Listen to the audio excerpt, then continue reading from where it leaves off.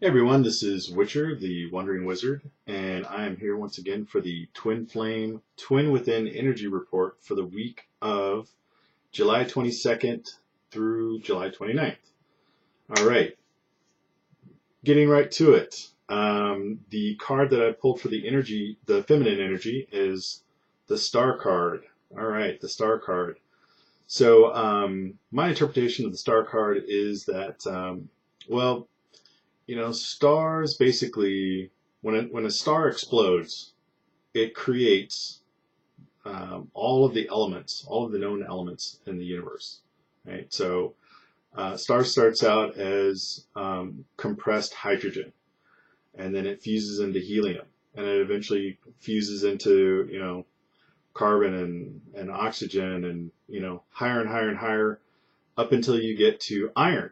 So as soon as a star begins to create iron, it begins to die. It's a really, really interesting thing. They had the discovery thing, the universe, and they talk about how iron absorbs so much energy that it sends the internal fusion power plant of the star into a death spiral. It can't produce enough heat to keep the gravity from, the star from collapsing in on itself, because the iron is soaking up too much of that energy and it won't release it. That's why iron is really good to cook on, because it absorbs heat so well and it hangs on to it. And you can throw food in an iron pan and it won't instantly cool down. It hangs on to that heat. So when a star, as it is collapsing, and as the pressure keeps growing, it keeps producing higher and heavier and heavier elements up until the moment it explodes, where it creates all the heaviest elements like gold and uranium and plutonium and things like that. And then it explodes into a huge cloud of gas and elements. And eventually, if the star was big enough, it will reform into a new star from all the hydrogen that never got burned up in the first place. And with all the other elements that it created, it will create planets. So crazy, crazy stuff, our universe. I love it. But anyway, so that's the Star card. The Star card basically represents, in my opinion, after you go through a tower sequence and a death sequence, and you're kind of blown apart, metaphorically speaking, of course. You get the Star card and you start to reformulate yourself with all the new elements that were created out of the pressure of going through that tower moment and going through the death cycle. You've got all these new elements in your life that you can work with now, to form something more than what you were prior to that. So the Star card really, it's an energy that really invites us to take a look at where we've come from, and based on all those experiences that we've had, what new elements there are in our lives that we could utilize to do something new and different with. Right? Every experience that we have, whether you think it was positive or negative, every single experience you have in life creates a new element in your life, and a new something to work with. Right? And so even if you have to take those lemons and make lemonade, it's still something new. Right? It's not always gold and silver. Sometimes we get lemon, we make lemonade. It's fine. There's that saying, there's always, to every storm cloud, there's always a silver lining. I believe that's absolutely true. So every experience you have is going to give you something new to make something positive out of. And that's the energy of the Star card. So just, throughout this coming week, just relax a little bit, meditate, whatever that gets you to kind of take stock of where you've been, where you are now, and what new do you have in your life? What do you have in your life now that you didn't have in your life before now, in the past, right? So we're always chasing the future so much, we often forget to just take a break and look at where we've been and what we've gained from all of that. So that's the feminine energy for this week, the star card.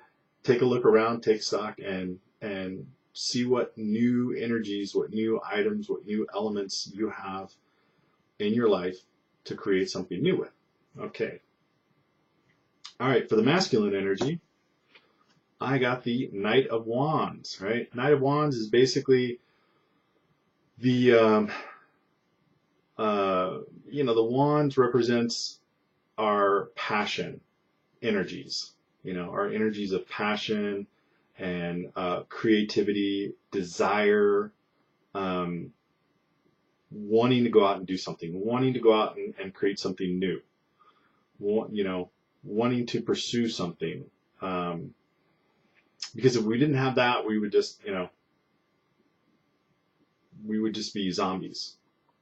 It's our passions, our desires that give meaning to our lives, that drive us in certain directions, and whatever those are. And I think that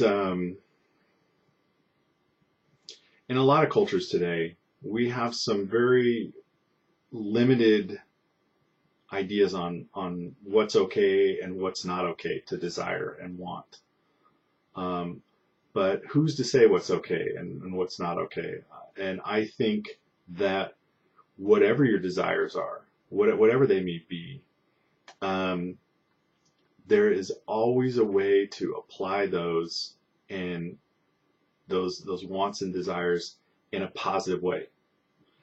It may take you a while to figure out what that positive way is, but there's always a way to use those desires positively. I'm going to use like a really morbid example. Bear with me.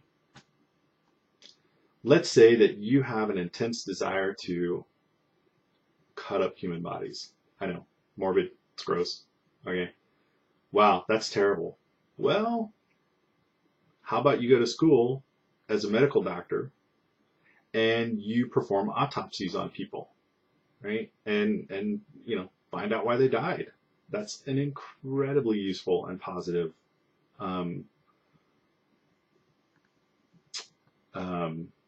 way to use that desire in life, right? I mean, most people would never want to do that, but people who perform autopsies, they help solve crimes. They help physicians find out, like if there's a new disease or if, we know this disease, how it actually works, that sort of thing. It's an incredibly necessary skill in our modern day. And so, like, again, most people don't want to cut up I don't want to cut up human bodies. Like, no, thank you. I completely respect medical examiners and people who do that work don't want to do it. So just, again, this was an example of, regardless of what your desire is, guaranteed there is a positive and useful way that you can apply that in your life. It may take a little bit of creative thought, but guaranteed there's a positive way to apply that. So don't make yourself feel bad for having a desire, whatever it is. Like, go with it, embrace it, and then think to yourself, wow, what good could I do with this? How could I use this desire, pursue this desire, and do something like really good and helpful and interesting for the rest of the world? Guaranteed it's there. So that's the Knight of Wands is basically, you have the Page of Wands is that that desire's there, and you're kind of, you're getting to know that desire and those passions. The Knight of Wands is that you have embraced that passion, and now you're set off on an adventure trying to figure out how to pursue those passions, how to pursue those desires in a meaningful and beneficial way.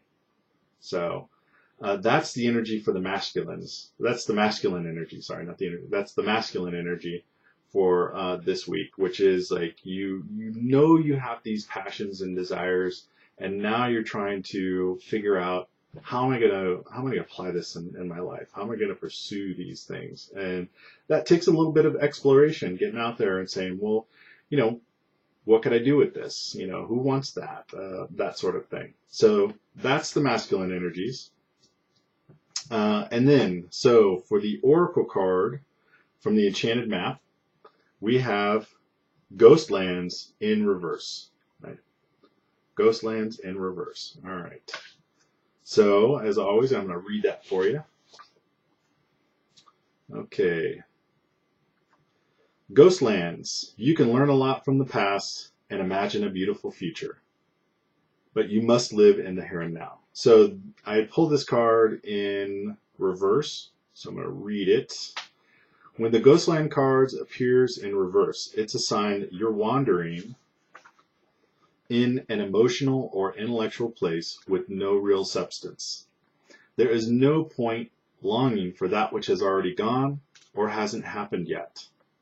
Perhaps you've created a fantasy of the good old days, or some elusive utopian destination that lies somewhere in the future when this or that happens to make things better. Live one day at a time.